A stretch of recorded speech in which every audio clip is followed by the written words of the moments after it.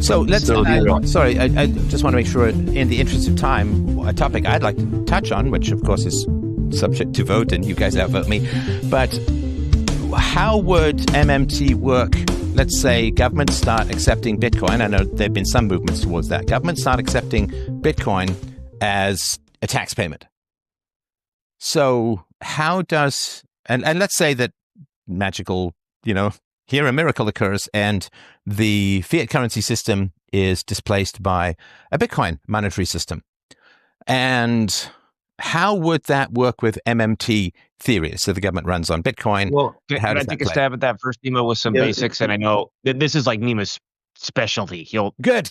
And it's a good topic, I think. Chris, So Nima's got an awesome theory on this. But a couple components here is that, first off, if the government were to start accepting Bitcoin as taxes, which I believe, someone correct me, was it Arizona or some county in Arizona or something started doing that? Is the tax being measured in Bitcoin, or is the tax being measured in dollars? Because if it's being measured in dollars, and then the Bitcoin is just like a medium to get from point A to point C. Let's say that I think it would be better if it's measured like you get a Bitcoin, you get a tax bill in both fiat and Bitcoin. But by the time you get the tax bill, couldn't the value have changed? Sure, but of course, I get all of that. But let's just say you get the tax bill. I mean, it would have to be electronically the same day. You've got to pay within a day or whatever it is, right? I mean, so let's just say that somehow, and again, I know that this is a bit magical thinking, that the price variability of Bitcoin can be minimized. Or let's say, of course, that if tax bills are going to be denominated in Bitcoin, immediately there'll be about 10 billion industries that sprout up to normalize and stabilize the price of Bitcoin, so that the government can have some predictability in what it's getting, that they sort of promise to make it a stable. So whatever, where there's a demand for the stability, the supply will emerge. So let's just say that the tax bill comes in dollars and Bitcoin, and you can pay either way. Okay, cool. The second thing I just wanted to bring up is the usage of the term fiat. Now, I'm sure you're aware that fiat just means decree. Yeah, by force. Yeah. Right. So people often compare. Okay, well, we can have the gold standard, we can have fiat. Well, it's all fiat because it's just whatever the government decreed. So if the government decrees that we're now accepting Bitcoin at some level, it's still. So we were talking. I know we're getting complicated because we're talking about interest of time and all that sort of stuff. We're talking about in the interest of time. Oh, sorry. Let's answer Steph's question. Sorry. Sorry. Yeah, the payment is still commanded by the state. I agree with that. So sorry, go ahead. So it wouldn't turn Bitcoin into fiat money, but I don't think it would substantially change much in terms of the MMT system if the government gives you the option of paying in dollars and Bitcoins. It would just be extinguishing some dollars less, some fiat dollars less from the economy, and it would be collecting some Bitcoins from certain crypto whales and Bitcoin holders, and then it would have to do something with those Bitcoins, obviously. I think it would be a bit of a case of Gresham's law, where bad money drives out the good. I don't think most people would care to pay their taxes in Bitcoins, especially the people holding Bitcoins, right? So I don't think it would really fundamentally change much. Okay, and I agree with that. So let's go to the other scenario, which is it's all Bitcoin. Right. So if it's all Bitcoin, then now the government creates a kind of gold standard situation where they accept tax payments. And sorry, my battery is running low, so I have to. Okay, sorry. So if it's only Bitcoin, then the government basically relinquishes all its powers to issue currency, and probably self-destructs in the process, which, could be a good thing, could be a bad thing. One thing. So then your argument is that MMT is CPR for the government. Yeah, kind of, yeah. Okay, so if it keeps that entity alive, so to speak, then the people who want less government won't be fans, right? No, but so I'm saying we can't, assuming we can't abolish the entire fiat money system tomorrow, Yeah, of right? course, yeah. You have to understand that is our point. But no, I'm not opposed to the network state and Capistan or the Bitcoin economy or anything like that. One more thing I would like to point out about Bitcoin is that ironically, MMT kind of explains the reason why Bitcoin has value. Only in a transpose the fiat economy to the cycle of money in a fiat economy to a voluntary economy where the issuer of the money demands a fee in the form of bitcoins. The equivalent is the government demands a tax in the form of dollars and spends that money into existence. That's the miners spending bitcoins. All bitcoins come from miners, and individuals, if they want to do bitcoin transactions, they have to pay a small fee to the miners. So you have the same similar flow of money being, as it were, deficit spent into the economy by the miners, and some being taxed back by the miners in the form of fees. So the difference is, of course, fiat Eh, taxes. I know you're going to say taxes are forced, and No, no, in the no, no. Bitcoin world, We all. I'm not. I'm trying not to, cover ground that we all agree on.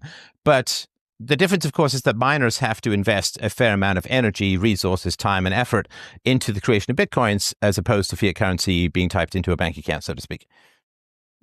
yeah, but to conquer a territory and establish a government that's fiat also takes some time and resources, I could argue, right? So none of it comes without some initial degree of efforts to establish and of course the miners are much less powerful in the Bitcoin economy at the end of the day than the federal government in the fiat economy, which is something we would want, right? We wouldn't want excessive authority uh, by the money issuer. Right. I'm just saying that the people in the government can get or create currency far easier than a Bitcoin miner can. Sure. Yes.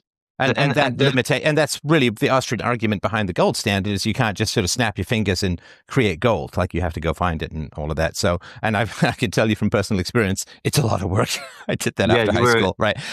So I think, you want to have a barrier. This is one of the things that's of great concern about sort of digital IDs and AI, that the costs of tyranny are about to go down enormously. And that's not good at all, right? So you always want some sort of cost resistance to the expansion of state power.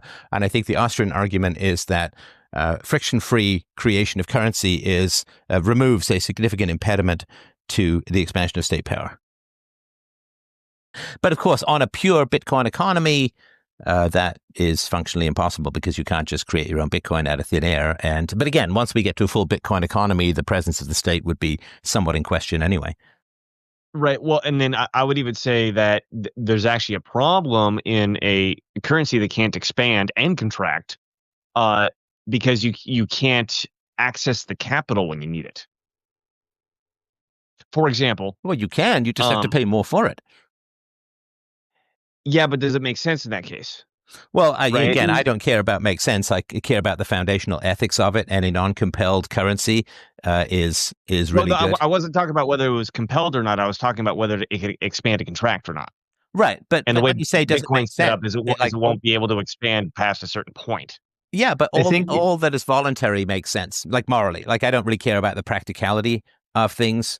All that is moral makes sense. I don't know if you guys are sort of utilitarians or consequentialists or whatever, but no. Voluntary. Okay, no. So certainly Bitcoin, the price of everything is going to drop because it's fundamentally deflationary because it hits its 21 million and then stops. So, but I don't care as long as it's not compelled. But sorry, go ahead.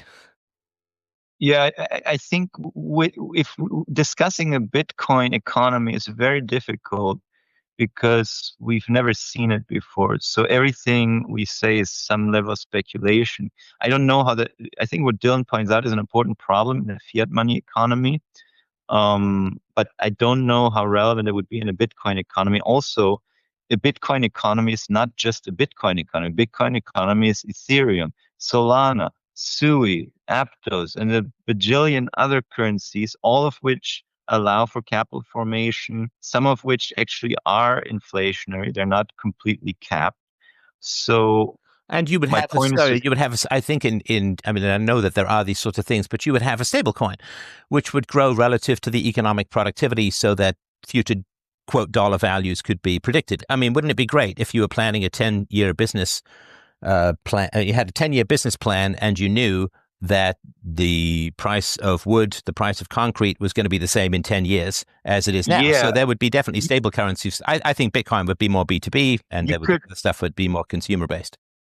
yeah, without fiat, because currently all stable coins are tied to a fiat Right. coin, but it's conceivable to have a stable coin that that runs on a smart contract for difference against the CPI index and the PPI index, for example. Right. Something like that would be interesting, and it's going to happen sooner. Well, and or if you later. had a coin that was trying to denominate the value of goods and services, probably not capital, but goods and services, if you had a coin that was attempting to make that as stable as possible, a whole bunch of other industries would sprout up to try and figure that problem out. Because, of course, it is impossible to know what the price of anything is going to be, even tomorrow, let alone 10 years. But right now, there's not any particular incentive to try and figure that sort of stuff out because there's no mechanism. At least you could peg it, for example, to the inflation rate over the past year or something like that. Something like that, yeah. Or you could have a basket of commodities and track it relative to those prices if they were sort of core business commodities. But I think that certainly one of the massive variables, I mean, there's so many variables you have to deal with in business now that you wouldn't have to deal with in a free market, like, massive regulations, the woke pushes for various quota systems and immigration or not, and then immigrants sometimes have or just the tax code, like tax codes, regulations, who's in power, and whether they're going to give money to their friends on their side of the aisle and starve their enemies and so on. So, but yeah, a stable coin would be absolutely fantastic for business as a whole. The power dynamics in an economy like that would shift from a state kind of authority to probably more mega corporate chip producing and validator running authorities, because those would be the bottlenecks that this whole system would still be depending on to some degree. Right. But it's impossible to predict exactly what is going to happen. But it could be kind of like a world as is described. I don't know if you've watched the latest Alien Earth on Hulu, but it's kind of interesting because they envision a world where 5 corporations run the planet because they figured out governments weren't working. So the whole planet is run by 6 corporations. Well, except corporations are legal fictions created and maintained by the state as bribes to the ruling class to escape consequences for their criminality. But that's a topic for another. And I've actually written a whole novel set in a free market, a truly free market society. People who are interested can check it out. It's a great, I mean, I'm a trained actor too, so like the audiobook reading I think is pretty good, but it's called... what's it called? It's called The Future, because I'm very imaginative when it comes to my science fiction names. I wrote a book about the future called The Future, and then I wrote a book about the present called, well, I think you can probably finish that sentence for me. But nice. Yeah, freedomain.com/books. It's all free, and this is sort of my view of how an economy runs in the absence of state actors. And so yeah, you should check it out. I think it's really good. If everybody who's watching this now or recording could like, share, and subscribe it helps us out a lot. Yeah. I hate saying it, but it's just true.